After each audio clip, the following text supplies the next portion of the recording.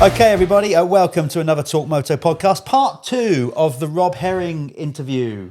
Great to have you in again, Rob, sticking around, getting it done. Before we start talking there was too much to cover in an hour, wasn't there? Of course. You cannot cover a career like that in an hour. No, we think kind of roughly halfway through Rob's timeline of his career, so we're going to carry on from there and talk about what we're doing. Before we do that, again, guys at Talon making this happen for us. If you want to, and we highly recommend that you do, go and purchase some Talon products. You can get 15% off if you... 50? 15. Did I say 50? I think you did. I bet heart rate at Talon HQ were going through the roof then. 15. Taking the phones off the hook. Yeah. All you got to do is ring up or email and quote Torq15. That's TORQ 15 for 15% off. Yeah. Excellent products. Can't beat them. Yeah. And thanks for doing that. So hopefully that will kind of give a gauge of how many people are getting behind what we're doing. Exactly. If you want to get in contact with us, it's down here written on the box in front of us. info@torqmoto@gmail.com if you need to email us. But of course, we're all over socials, so just send us a private Like and message. subscribe, apparently. Always do that. Makes a difference, though. Yeah, that's right. So if you're watching us on YouTube, please do It's that. all about the algorithms, kid. Exactly. Fuck knows what that means. So our amazing team tell us. Yeah, We'll just sit here algorithm. and talk. It's got to be up on the algorithms. Anyway. Do that. Absolutely do that. Where and did then we we get can keep to? growing to. We got to with Rob. Nations. We did. The All downhill since 30 all years. downhill after that, then. 30 years ago. 30 years, you old bastard. Yeah. Does that make you... Sorry, we're making you feel... You said that off air. Oh, absolutely. The whole thing's making you feel really old. old now, definitely. That's a whole lifetime ago, isn't it? It's a proper lifetime ago. Yeah. It was great, though. So the Nations, you obviously did that. That was 94. So you were still, in your prime racing career, really, at that point. Still in relatively good shape. Then, Yeah. And then 95, I want to say Kawasaki, RWJ. 95 was Honda. 94 Fucking, I'm RWJ getting this Kawasaki. right. RWJ went to Honda for 95. Yeah. Yeah. So RWJ, Kawasaki, then Honda. Yeah, RWJ Kawasaki 94. Yeah, and then RWJ Honda 95. Yeah. 95. Yeah. And how long did you stay with RWJ for then? I stayed with RWJ 95, 96 for 2 years, and then I left in 97, but came back to them in 98 and 99 on the 500 Honda. The 500 aluminium frame. Yeah, that's right. It's a and cool hybrid. bike. Yeah. That Very good bike. always Really good bike. seemed to be, from where I was in the pits, and knowing you and racing and stuff, that seemed to be a really good team for you, a good fit. Yeah, it was. Colin and Val Reed, who ran the team, and Mick Aldous, who was sort of the head mechanic there. And again, people that would you could relate to them. Really nice sort of chilled atmosphere. Colin was very serious about his racing. Ran a very, very tight ship. Didn't say things that he couldn't promise things that he couldn't come up with, because a lot of the teams that I've ridden, not a lot of the teams, some of the teams I've ridden for before would say one thing and then not come up with it, or say, we're doing this, we're doing that. You'd sign a contract and then it didn't materialise. Where Colin was always very much what he said, he did. And you knew where you stood. And I have the utmost respect for Colin. The bikes were good. Everything was immaculately prepped. Yeah, there was never a shortage of anything. No. It didn't seem that way. I'm guessing as well, Colin's background, obviously with the diesel engines and working on, obviously that line of business. If you're doing engines for like huge tankers, Yeah, I don't think you can be flaky on it, can you? He's going to bring that business prowess to running a team, and very much treat it like that. Okay? Which is probably why it was like, it was like it was. I'm guessing because I'd imagine so. Yeah. I mean, Colin's company apparently was one of the only companies in the world that could change a crank or something in a liner whilst it's still out at sea, and sort of that, being at the forefront of that sort of technology, the engineering prowess, etc. He kind of brought that to the, to the racing side, in the preparation side, and also in the, like, he built the hybrid 500s. Yeah. The first one to do that, and the bikes were great, and that was all down to his own. He was doing it before Service Honda were doing it, so he was the first one to do it. The bikes were trick. The bikes were good, really good, yeah. And it was, like you said, a really strong team. You had some really strong teammates as well, which you would do, obviously, being the premier team. Because they kind of took over the role of running the Honda outfit, really, didn't they, after the They were Castrol HRC thing. with Stefan one year. Obviously, yeah.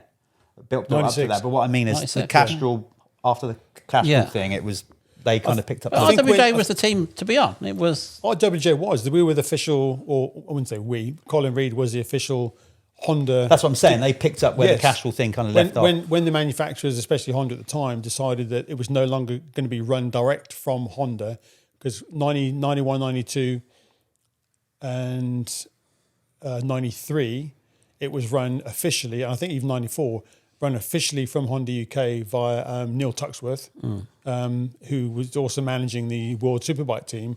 They ran the motocross team. But after, I think, 94, Honda basically they farmed it out to private sponsors, someone like Colin Reed, who would take over running the team.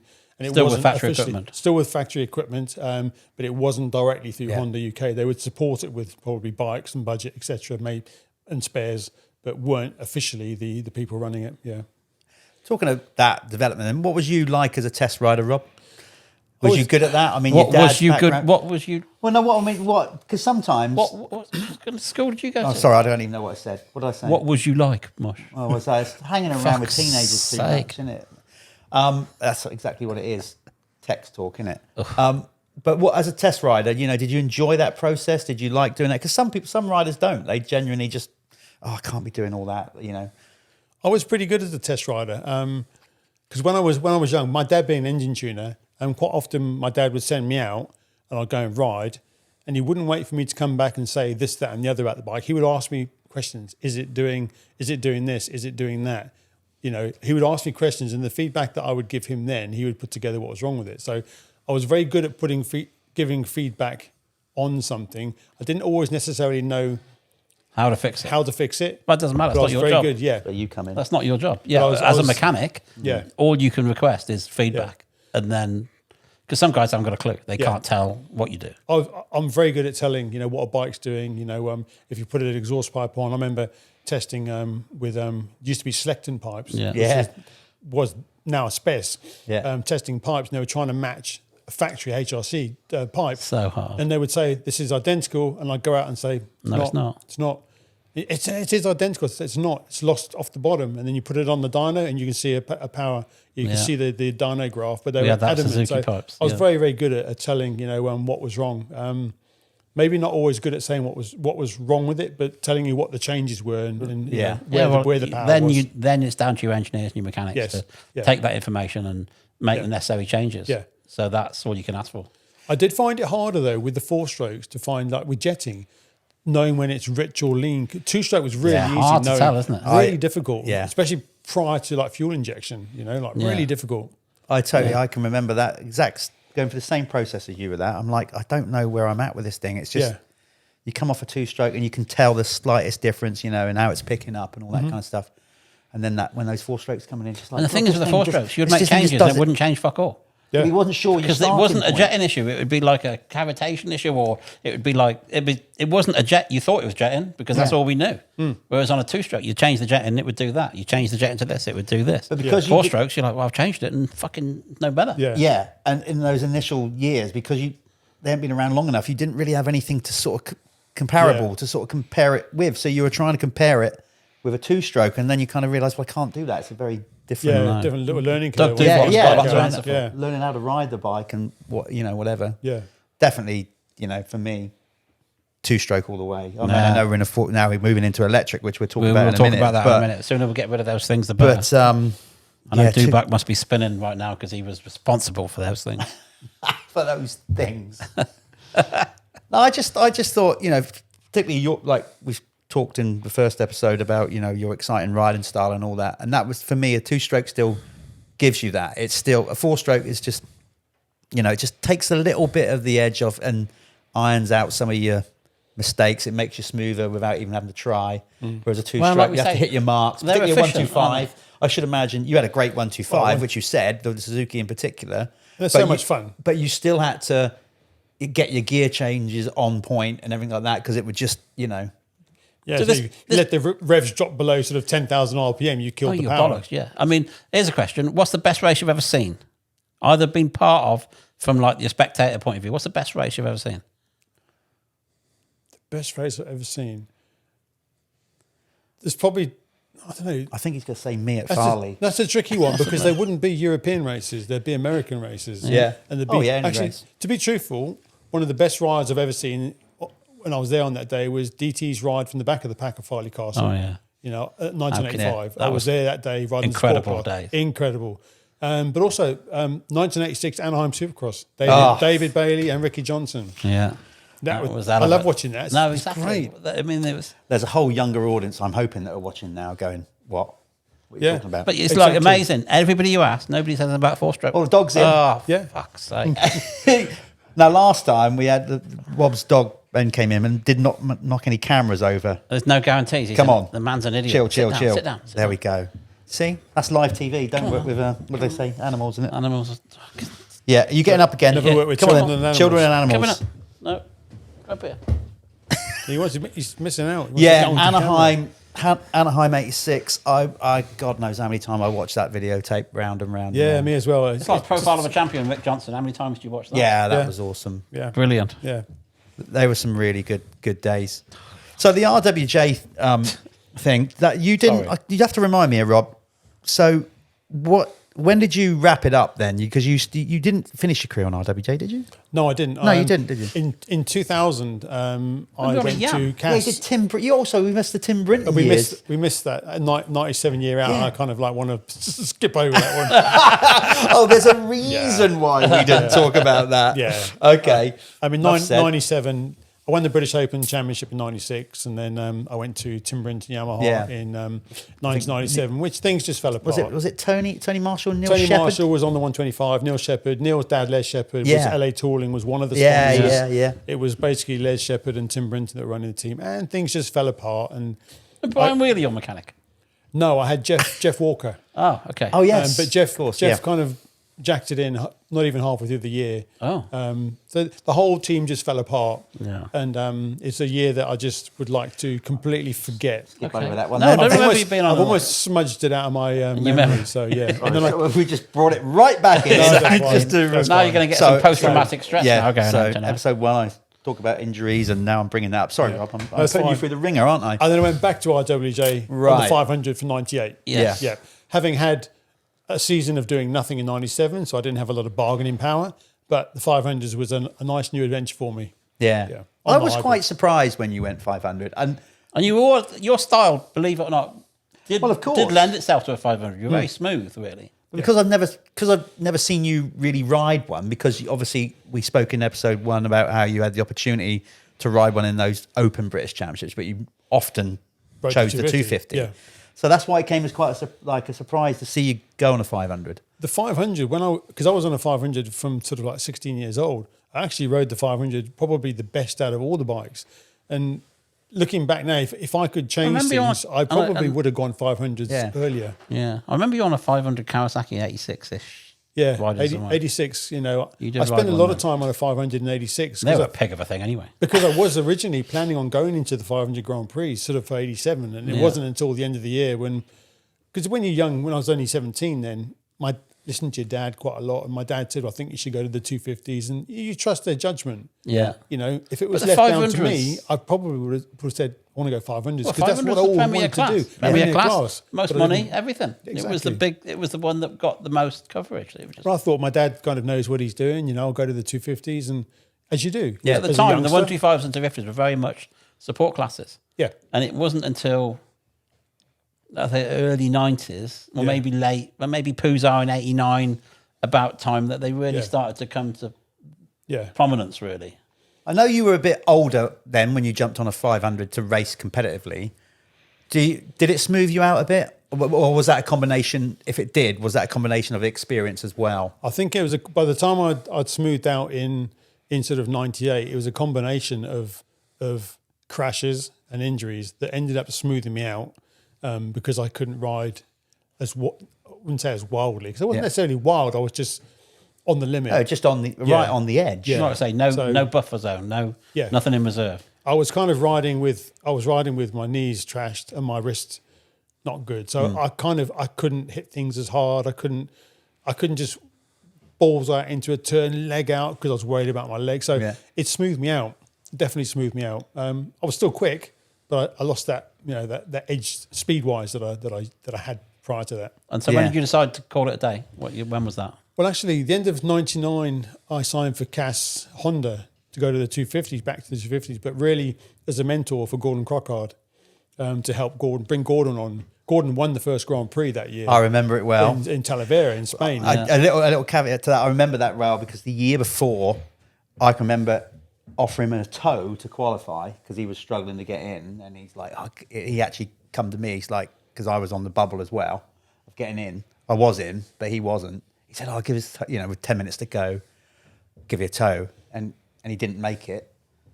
And the following year, not only did he qualify, he qualified and then just went out and won the bloody thing. I'm like, okay, so let me just assess where I'm at over the last year. And how my career's gone since I was giving you a tow last year and now you're winning GPs. Fuck off, I must work harder. No. I mean, Gordon did extremely well. I mean, the beginning of 2000, I broke my left wrist again whilst we were testing in the US in California.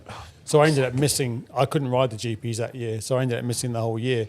But Gordy put a lot of effort and time in. Didn't he? He made some, he was strong. 2000 and the next couple of years, Gordy was good. Gordy was a boy. I mean, yeah. Boy, he finished third, didn't he? Yeah, I think so, World yeah. Championship. Yeah. And that's when he did the thing with KTM and everything like that.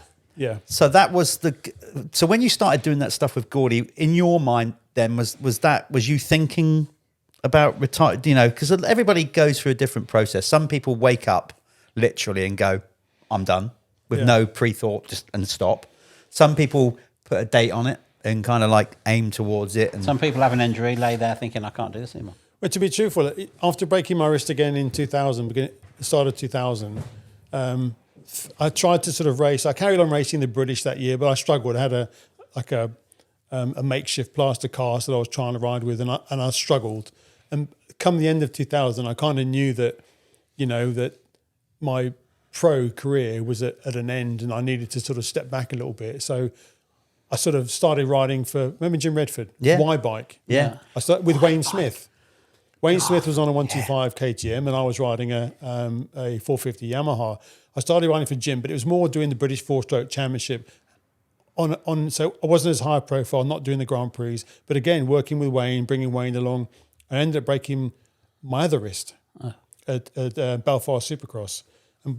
So I ended up, within the space of like 9 months, I'd broken both wrists. My left wrist was completely destroyed because when I rebroke it in 2000, I opened up, I've still got a pin in my wrist and I opened the bone up. So now the bone's dead. My scaphoid's dead. Oh, scaphoid. It's knackered. Yeah.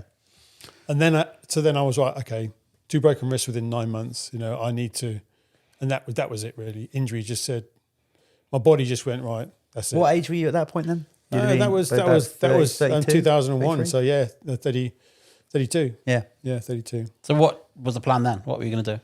To be truthful, I didn't really have a plan because, I gave up school early to race, and my whole career I'd raced. I didn't really make any provisions for the future. I didn't think about what I was going to do when I was retired because when you're young, you kind of don't think that's going to come along. It seems so far away. It does.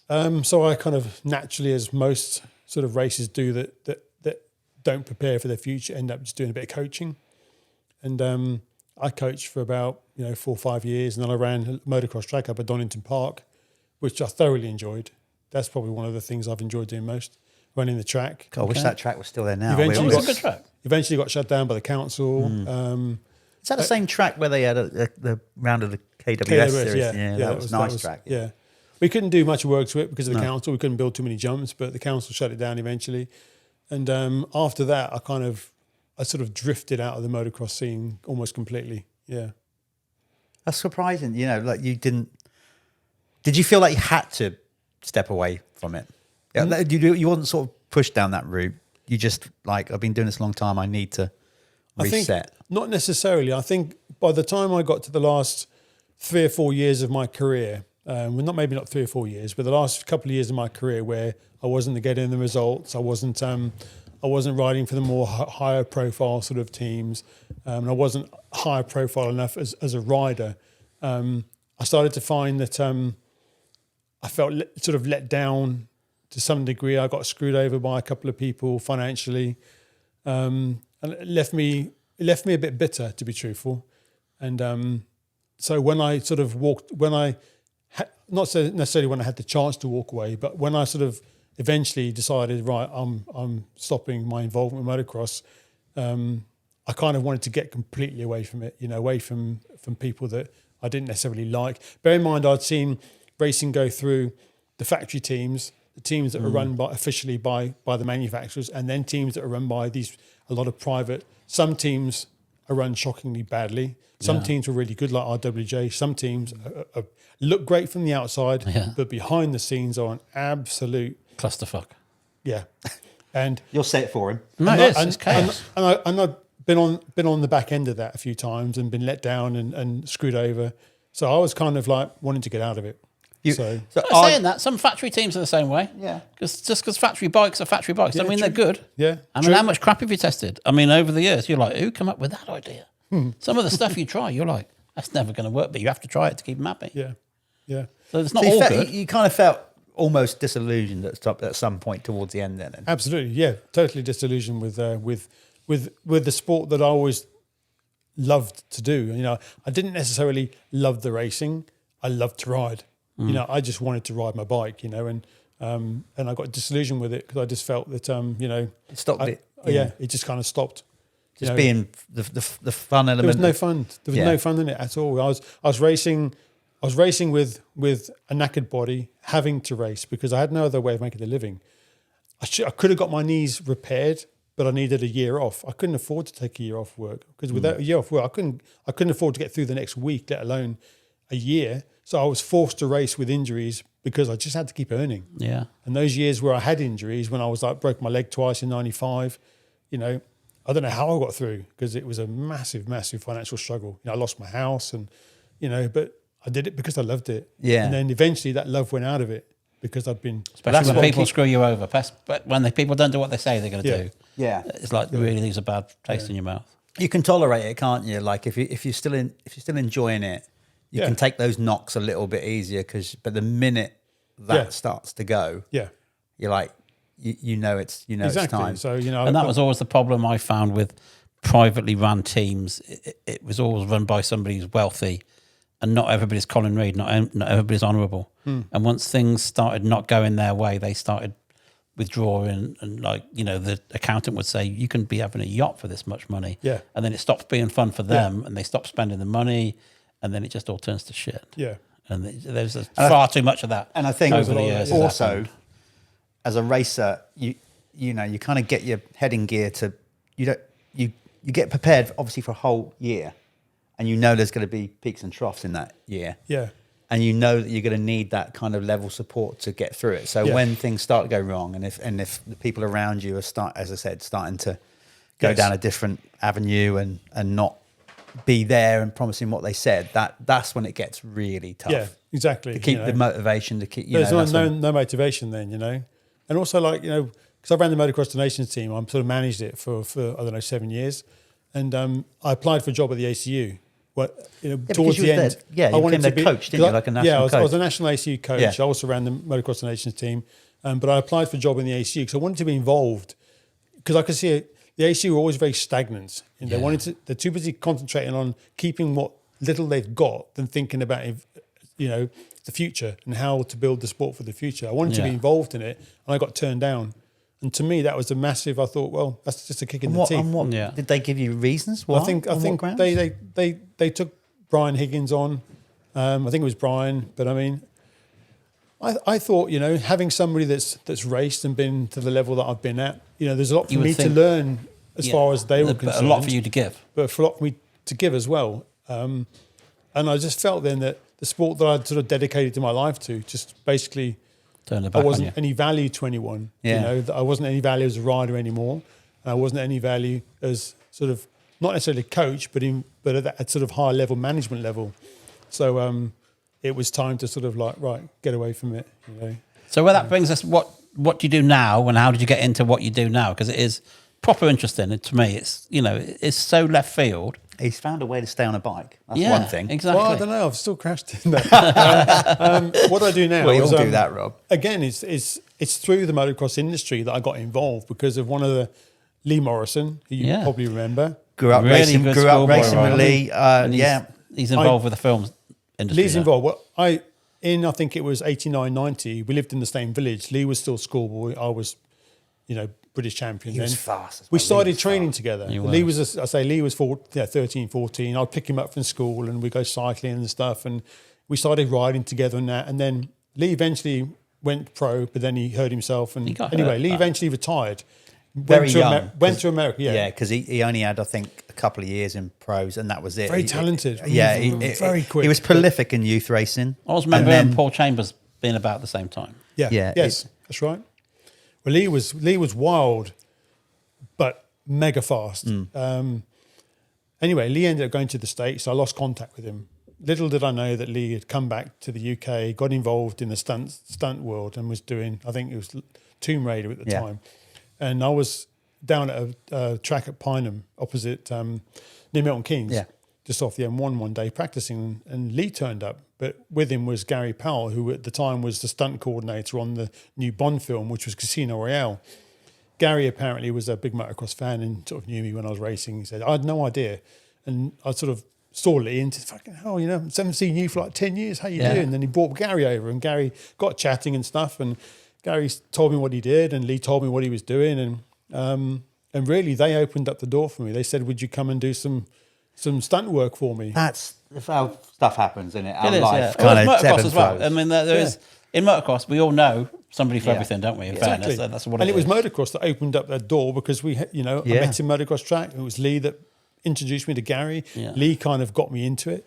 So thanks to them. And that was actually doing stunt stuff at first. And that was, to start off with, was doing stunts of car driving, and then I ended up being thrown onto a camera quad one day. We were over in Tangiers in Morocco one day, and they were doing needed a tracking vehicle, which is technically a vehicle with cameras on. They needed a quad riding with cameras on. There was no one to do it. And they said, Rob, you get on that. And I got on it and I did it, and I came in and they went, you're really good at that. You're really good at that. That was ace. You should do that a bit more often. And I kind of enjoyed that, the fact that I don't want to be on camera. I don't want to be famous.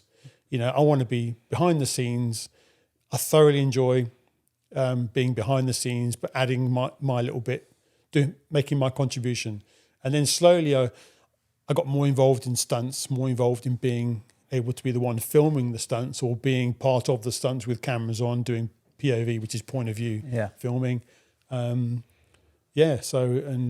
How soon then? So from that chance meeting at the track, did they literally kind of not offer you work, but did they plant that seed right there and then, or did they come back to you a little bit later? No, it was Gary at the time said to me, "Look, we're doing Casino Royale. Would you like? I'd love you to do a bit of driving for me." And we left Pineham, and I thought nothing of it. I thought he was just making conversation. And it was about 2 weeks later, he rang me up and said, right, can you get yourself down to Dunsfold Airfield, which is where they do the Top Gear track driving. Yeah. Can you come down there? We'll do a bit of a tryout. So I went down there, drove a car, did a few, turns and handbrake and stopped on my marks and stuff. And they went, yeah, cool. Isn't it bizarre though, that the first thing he gets you doing is driving a car. You're not known for that. When you're not, And I was basically, I was in uniform for the film. I was an American policeman. Really? And I was on the runway doing like the Miami airport scene with Lee was involved, and that was my first straight in the deep end. I had no idea about the on-set etiquette, cool. the whole. So your first thing you ever did was a James Bond film? I was James Bond, Casino Royale, in front of camera. Never. So How comes that? But that's deep end stuff. It's deep end. Yeah, I mean, there's no build-up, is there? No. I want you to do a little bit of stunt work. So it's a quick jump into James Bond. Yeah, just James Bond film. Yeah, the new one with the first and then Daniel Craig on. I then kind of went and I did a couple of films in the vehicle department, looking after bikes, looking after Daniel Craig's bike on Quantum of Solace, Tom Cruise's bikes on Night and Day, running all the Ducatis, looking after that side of it, and then doing a little bit of like camera work now and again on other little projects, and eventually, kind of after about 6 years, I eventually started doing the camera side more and more, and that became my norm. And now I sort of build and modify vehicles to carry cameras, bikes to carry cameras, and then I do the riding. And you do that yourself, as in like you do all the fabrication, the design work?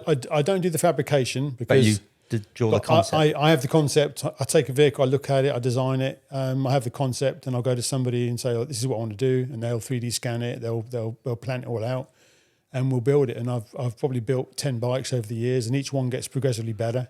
more. I mean, I've seen the more pictures. Them things, simplified. they look heavy. Yeah. Oh, they are. I mean, they are. There's a lot of shit hanging off them. You know, being big, being my build helps because bullying. It's like riding a 500. You've been in the deepest mud. You've got as much mud stuck on the bike as possible. Your roll-offs are covered in shit, so you can't see. Because quite often the camera's directly in front of your head because they want to do a head-height shot. And looking at an actor, and you can't see around it. So you're used to looking through little gaps in your top. You're looking through little gaps, trying to see where you're going. It's kind of similar, you know. So once you're at speed on a camera bike, it's not so bad. But low speed, they're a pig. They're a pig. Your foot slips on the floor. And I see some of the pictures when you were filming with Paul Edmondson on the James Bond stuff. Them tight little cobble streets must have been. Yeah. That must have been hard work. It's hard work, you know. It's hard work. I mean, I'm quite often I have to follow Paul. You know, I've got to chase, you know, the actor on the bike or the stunty on the bike, and I've jumped bikes with cameras on, and I've ridden up on the rooftops on Skyfall. Did all that with cameras on. That's gnarly stuff. Before we started chatting, I said to you, I haven't ridden a bike. You know, we've all ridden bikes. I would have thought, correct me if I'm wrong, following is probably harder. You know, harder to do than actually the stunt as such, because you've got to, I'm guessing, always keep it at a certain distance. Yeah, you know, it's like when you like. Not that I'm into. There's no point doing it if you don't. Cars, if you don't do your job properly, then the job's thing's knackered, isn't it? No matter what the actor does. Yeah, exactly. I mean, ultimately, all I'm trying to do is put the camera in the right place at the right time, smoothly, so that whoever is operating the camera can operate it to get the shot they want. So, I think, because I'd smoothed down my riding, because I was quite smooth towards the end of my career, that's kind of really helped me with the camera side, because I'm not aggressive. I'm not aggressive with my braking. I'm not aggressive on the throttle. I'm smooth, you know. You get a lot of guys try what I'm doing, but they ride just as aggressively on a camera bike as they do on a normal bike. They lean the bike over too far. And a camera, like a remote head, has what they call roll. With the camera, if you lean the bike at an angle, the picture would then be at an angle unless the head's got rolled to level the picture out. Or sometimes they lean it over too far that the head can't cope with it quick enough. So the picture's on the piss. Where I ride it more upright. So, you know, my riding, my motocross skills has helped me massively doing what I'm doing now. So I've only really got to where I'm at in the film work thanks to my motocross career. So do you hang out with the actors and stuff? Do you ever No. I mean, we do on set sometimes. I mean, you can think about that if you want. Because they're very, the majority, I mean, there are the odd exception. The majority of them come in, they do the bit, they're gone again. You know, most of what I do is with the stunt doubles, because what they call second unit, which is the stunter, the second unit, main unit. Main unit is normally all the actors, and then second unit is all the stunt doubles. So I mainly do second unit stunt work, which is where all the fun happens. Now and again, we'll do a little bit of work on main unit, but by then, most of the actors don't do their own big stunts on bikes and cars. So, you know, yeah. What about, we spoke about in episode 1 about the pressures of racing. What's the pressure like in that environment? Because obviously there's no expense spared. Yeah. There's big money on the line in the film industry. You know, every time you roll and you do a take, that's thousands of pounds in the, you know, like if you can't afford to do too many mistakes, I should imagine. There's pressure, but there's also health and safety is quite stringent on most film sets.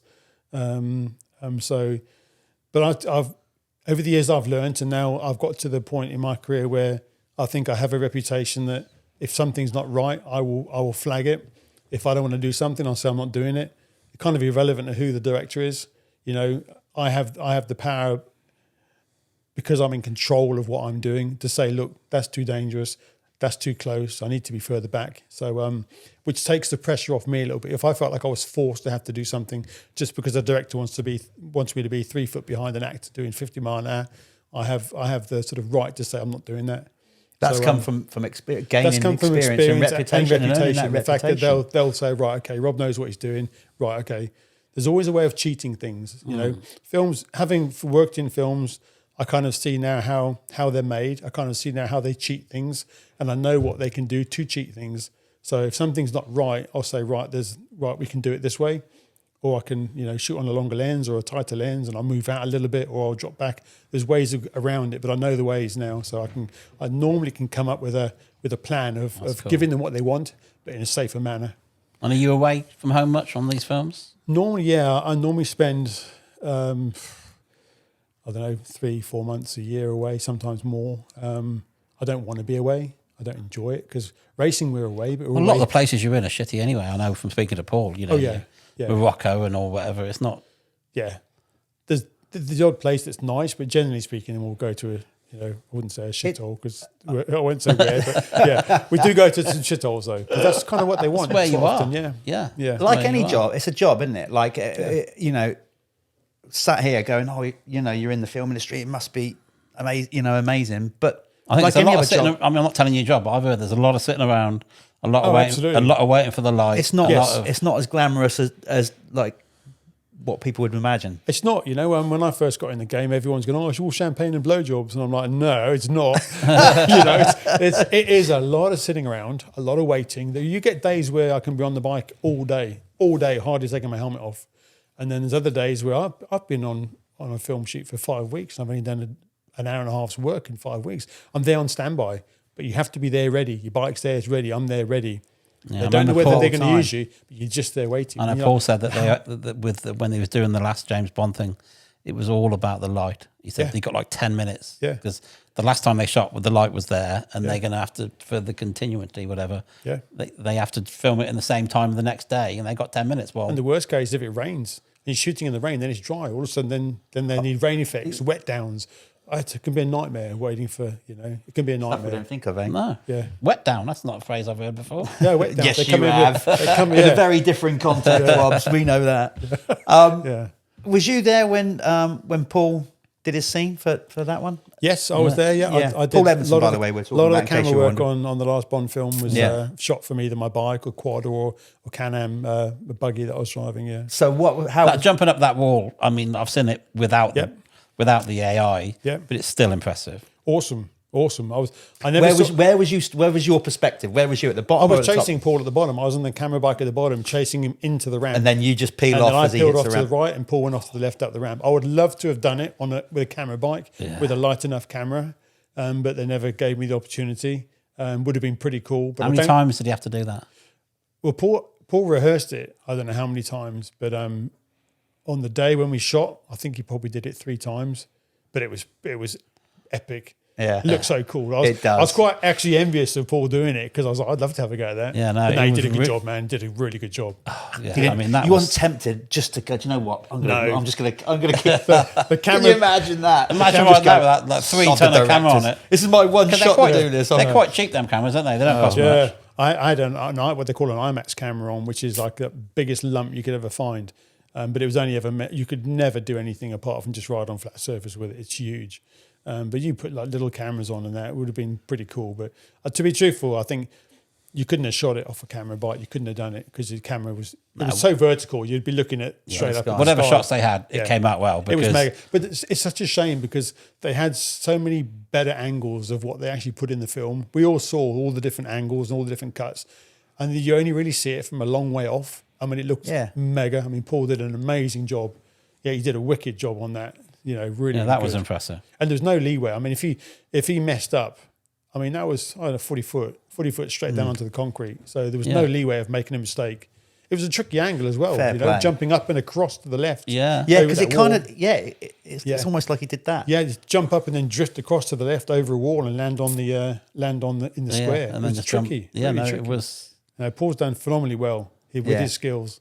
He's done good. When obviously we spoke about your race career in the first episode. We never had electric bikes then, Rob. They're very much around now. But you use electric now on your work, because obviously the noise. So how you've got one? I'm assuming. I've got electric bikes. I run zeros, and I've run some zeros for about 10 years now. When I first got them, originally I thought they were a necessity for what I do because of the lack of engine vibration for cameras, which really helps. The lack of gear change, which really helps, keeps the image more seamless. But I really thought they were a little bit gimmicky. They're a little bit like toys. I had the first. During 10 years, the technology's come on a lot. Yeah, and I have to say that over the years, I've had the original zeros, and now I've got the later ones. I've also got Stark Varg, and they have improved immensely. I wouldn't necessarily say that I'd want to. I've not ridden the Stark on a motocross track yet. I want to see what it's like on a motocross track. I wouldn't say that I'm a big fan of racing one on a motocross track at the moment until I've ridden it. But I have to say though, the performance is really, really impressive. Yeah. Really impressive. I think they're great. I think they're the best thing in the world. But I just want to see more manufacturers coming out with them. Definitely. You know? Like, I can't believe KTM Group haven't got something up the sleeve. And I can't believe that somebody didn't buy Ultra. They're so, as a company, they're not going to let that pass them by. There's no way. But I was really thought that when Ultra, that somebody like KTM would have snapped Ultra up. Well, Harley Davidson. I know Harley Davidson did, and then pretty much shelved out of all the companies who you wouldn't think would ever go electric, Harley Davidson. Yeah. But they bought it and built that, and they just basically bought it for the technology. Yeah, which is such a shame because it was a good bike, the Ultra. Yeah. It's just a shame. It's just looking at the bigger picture, though. The fact that Honda are one of the first of the major Japanese manufacturers to go for it. Come out, I think that's quite telling, because Roger, as we said, Roger Harvey and everybody at Honda have been telling us the last 15, 20 years, they're a four-stroke company. Yeah. They didn't make, going back to making two-strokes, and yet they're the first to go on electric. That. So, and it's, you can't believe that Kawasaki, Yamaha, Suzuki, even, especially the Austrian guys, the KTM Gas group, Husqvarna, haven't got anything. And you think, I know that Honda are pushing to have their own series. Now Stark are complaining about that, aren't they? That they don't want to be in an electric only. Press release just this week. They want to be in with everybody else, because obviously the thing can hold its own. I mean, the problem at the moment with the infrastructure is like electric cars. We can get into a whole world of that. But, speaking to some of the mechanics, you're like, the bikes don't charge fast enough yet for you to be able to go to a race and do 3 motos. And the battery is such an integral part of the bike, you can't swap the battery out. So you'd need to have 2 bikes set up exactly the same and use one in practice, the second one in first race. And that time, the one you used in practice is ready, charged up to do the second race. And the one you used in the first race is then, well, that's double the cost. And all of a sudden it becomes, if they were interchangeable battery packs, that's one thing. Or until they can speed up the charging. It can be done, though, because I have a friend who's built a YZ 250 into electric, and you take where the airbox is on the AM, and you can lift the power pack out and you can drop another one in. It just means having another power pack. Well, that KTM Freeride was that way. Yeah, which costs. Yeah, I've seen a guy in America do it. Yeah, and but it costs. They're fairly expensive to have another battery pack. But the Stark is like it's so integral that you can't be swapping that. Yeah, it's clearly going to happen. It's how it's integrated, isn't it? Basically, are you going to race them separately? Obviously, we've just seen Jack Brunel win the Arena Cross for start. And a lot of the circuits you go to don't have power. No. So then you're running a generator to charge the thing up. And you kind of a bit. But wouldn't it be sort of good at the whole, even with the cars are concerned, if everybody got together and said, right, okay, we're going to have a universal battery, which will fit any car. Like at garages, you could pull up, and you didn't have to plug into a charger. You just bought there is a Chinese car that you pull onto take a ramp, the battery out, they drop the battery out, and they back put a new battery on. The same with the bikes. If they were universal, that the GP they could have the batteries there already charged, and basically you do your motor, just swap it. You just swap it out. Yeah. If they're universal, but they don't sort of. Nobody ever gets on. They want to be separate. Well, we do it this way and we do it that way. So they all. Well, I know at KTM, I know that KTM, because of the Austrian government involvement over the years, they've got access to Audi technology on batteries. So I know they've got that. So you think, well, come on, boys, let's see them. You know what I mean? Because electric bikes could take the whole sport and motorcycle in general to a completely new platform and spectators. You could take it into cities. You could take it into towns. You've got no noise pollution. No, So I think. Don't you think it's weird at this Hyde stage? Park is where we want one. We need a motocross race. At this stage, you've got like Ducati and Triumph coming out, and why? You think Ducati would have come out with electric? So that's when you think, do they know something we don't? Which of course they obviously do know more than we know, but we're questioning. We're like, it must be good from in your industry though. The electric bikes, electric in general is because is really obviously on a film set and you can charge it up in time and it's ready to go when you need. I mean, they can add sound to it, like we've seen like on Terminator 2 when the kid rides away. The kid's riding a 47 gear XR100. He's riding what is it, an XR75 in it or 150? Like clearly we all know 48 gears on a 125, and he's gone through 50 gears on a 2-stroke in the air. I mean, electric's good for us because you can record sound as well. You can record people talking. I can be tracking next to somebody. They can be having a conversation. They can record it. They don't have to sort of dub over it. and there's no emissions, so I can use electric vehicles inside the film studios. Another question: do you own the vehicles, or they own the vehicles? I own the vehicles. You own the vehicles, and you rent yourself and the vehicle to them? I rent myself and my vehicles as a package. If I can't do it, then obviously I'll put a driver with it, say my son James or something like that, who's also experienced. Yeah, awesome. Yeah. Well, what a mega way of moving on from motocross industry. It is. You know what I mean? It's really. I still can't picture Rob. I can picture Rob doing that, but I can only see Rob as just tearing it. A new one on a 250 and a 125. See, if he raced a Stark back in the day, it wouldn't have been quite as good because I must admit, they do seem a bit soulless. He used to light up a 125, and there's no clutch to abuse. You can't hear that. No, because we've all seen you. There's a couple of British Championship rounds. I can't remember where they were, where you crashed on the first corner and just rip through the Ellsworth. Just that 125 was. You were good round Ellsworth, kid. Oh yeah, no, fucking that was his track. Waits Cone was a good one for me as well. Yes, it was. You always good there, but Ellsworth in particular. Yeah. I suppose because of the jumps. The grass was mint. It was like it was a really nice track, wasn't it? Yeah. So what are you doing beyond that, racing wise? Are we going to see Rob Herring back on a track soon? Yeah, I'm going to be riding at Foxhills. Yes, you are. The Vet Donations this year. Excellent. We've come and join you guys and have a bit of fun in the 50 in the over 50 and then group. we're going to try and get you in Farleigh in September. And I'd like to do the Farleigh September as well. I think I can probably get you an entry to that. I'll have a go. Yep. On a 500 Honda. Cool. So yeah, I mean, I haven't ridden it. I've only just. You're going to have to do a bit of riding before Foxhill. We're doing a little bit of riding before Foxhill just to get Farleigh, myself. I think you can come off the couch and do okay. Yeah, I have to lay off the puddings and the cakes and that. I like the sentimental value of that, though. If you do come back, because 1 year at Farleigh they had the Shell Advance series, because that was round at Foxhill. There was a round at Farleigh. That's right, 98 or 99 they had. Yeah. But like you say, you rode the support with the Grand Prix when there's 50,000 there. Yeah. I mean, there was some crowds. Did you win that Shell Advance series? I think you did. Well, that's another one I'm going to claim because I finished, I think, third in the championship and beat Everts. Everts finished fourth. He did miss a whole round, but on the record books it would say that he was fourth. And I was. You shouldn't have said that. Yeah, it's what's in the result at the end of the day that was on TV. Exactly, you got to finish a race. It was. That was on TV. I think Justin Morris won the one at Foxhill, didn't he? Yeah, he did. He had a really good day. I can't remember where I finished in that. Boris could ride Foxhills, couldn't he? Yeah. I tried to Boris get him back, good, but he wants to go and play golf. He said when he's not training. We'll get him on, but Boris has got no. Every time I talk to him about getting on a bike, not interested. No interest, is he? No interest whatsoever. Yeah. See, I've always ridden bikes because I've got my bikes because I'm a camera bike, so I'm still riding bikes the whole time. So I've never really gotten away from bikes. They've always been in my life, just for different reasons. Yeah. But mostly off road. You've never had an urge to go and do like road racing or anything like that. I had my dad originally wanted me to road race. Involvement. Yeah, and I tried it when I was like 12 years old. I rode an 80cc road race bike in South Africa and was very good at it.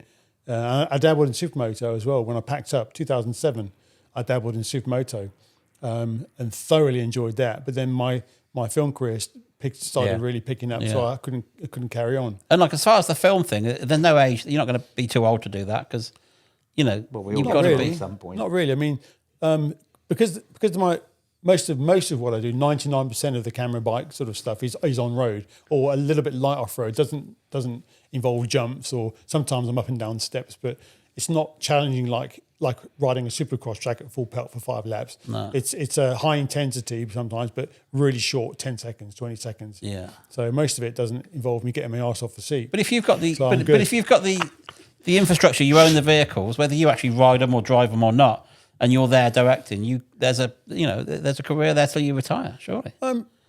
Technically, I don't sort of get too. I mean, I can only really be there sort of to help set things up, and but we don't want to be doing it for too much longer because I want to spend more time at home. I don't want to be away. I don't want to be doing the travelling as much as what I have done. Like to spend more time with the family.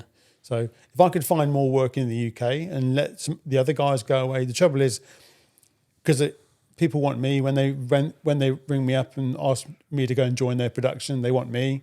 So sometimes if I send somebody else, it doesn't look good. They're like, "Oh, we didn't want him. We wanted Rob." So it's kind of tricky. So sometimes I have to go and have to be away because it's me specifically they want, especially with the bikes. I think he's just teeing up for a second stab at a motocross career. You think? I think he's just trying to find time to, and I think the VMXDN is going to be that set him on his way. Fired you up to ride Soon again. we'll be able to do motocross GP racing with the old VR goggles on, sat on PlayStations and PS4s and that. It ain't the same. You know, yeah, but I'll be good at that because it's good on the knees. Look how good it is for the wrists and the knees. You were quite good at the real first time thing. around, the real thing, Rob. Yeah. So we did discuss about maybe if you got a Stark and you said you got a CRF 450 yeah, and a CR 500. Yeah. It's the magazine editor in me is screaming out for a test. yeah. We need to get that. I'd like we to need see that. Come and sort of film almost like past, future, and yeah. more future, Yeah, or exactly. past, current, and future. current sort of and thing, future, you know? and just see and just do some lap times and Yeah. same day, same track, same Yeah. rider. And Interesting. Yeah, You know, I've not seen anybody do that yet with the three, you know, together, back to back. I think it'd be good. Yeah. I'm genuinely looking forward to watching you ride at Foxhill because it will just take me straight back to 92. It absolutely will. yeah, no, 100%. When you were there this year, it was like you were mobbed. You had plenty of We people. need to get.